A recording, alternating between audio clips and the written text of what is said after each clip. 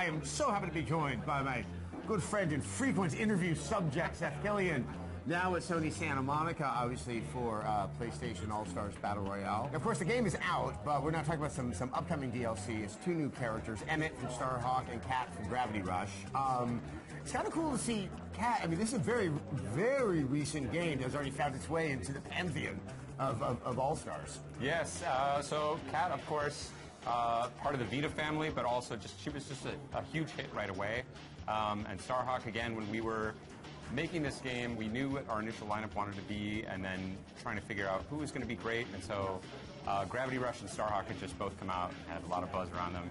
We were all very excited about that. And more than just as characters, I mean, they're great as characters, but also they really added some unique gameplay elements, and that's really what we're all about.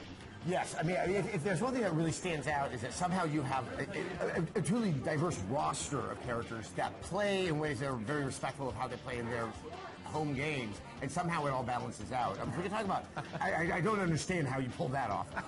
Kat, how does she play? I mean, she's about not really respecting gravity. That's what we were so excited about, because we didn't have a character that had her kind of freedom of movement, so we've really gone a little nuts with Kat in the best possible way.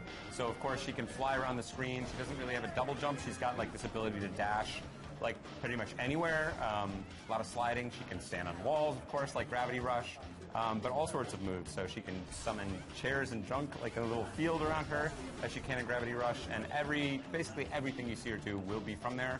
But overall, trying to capture that sense of freedom and primarily kick-based offense, because she's all about the kicks in Gravity Rush. Yeah, but what's the balance? Everything you just described sounds like she should just dominate that playing field. I mean, so how do you keep her in check? Well, you know, I mean, she doesn't generate the most AP off of everything, so that's a balancing a little bit. But I mean, she can have extended combos, but it'll keep her in place a long time on the ground, which leaves her open to other characters if that's what she goes for. So she's happiest in the sky, but she has to find her way to the ground, and that makes her commit to certain moves, which will leave her vulnerable. Okay, so now let's move over to Starhawk, which there's lots of guns. I mean, it kind of raises the same question. I mean, How does he play out, and then how do you kind of counterbalance that? Right. So Starhawk is a traditional shooter in many ways, which really punctuated by the key feature of the build and battle system, where he can basically, as you remember, drop down all sorts of things from the sky, whether it be walls, whether it be weapons, whether it be turrets. So we thought that would be fantastic for a character. So the team's actually gone a little nuts. So he can drop a turret that will shoot all over the screen. He can drop weapon pods that will give him new weapons that change all of his attacks depending on what weapon he has. Even the supers that he has will change based on the weapon that he's carrying at the time. And then you have to go back to your ammo depot to pick up new ammo.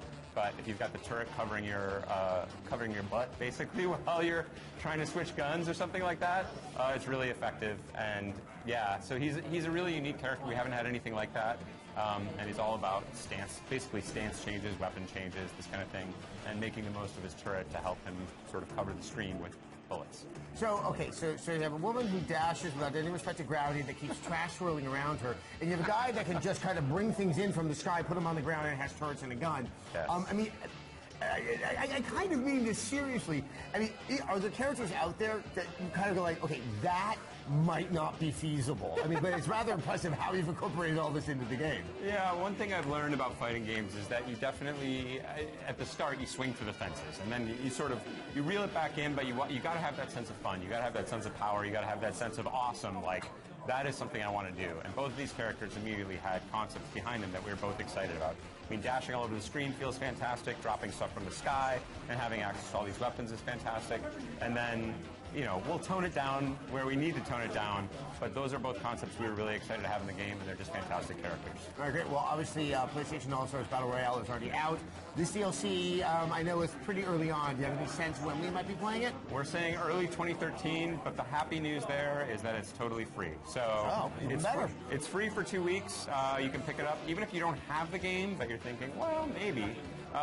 You can download the DLC, and then if you get the game, it'll be there waiting for you. But you have a 2-week window to get it, and so we hope everybody jumps on board. All right, thanks so much for your time. My pleasure. Talk to you soon.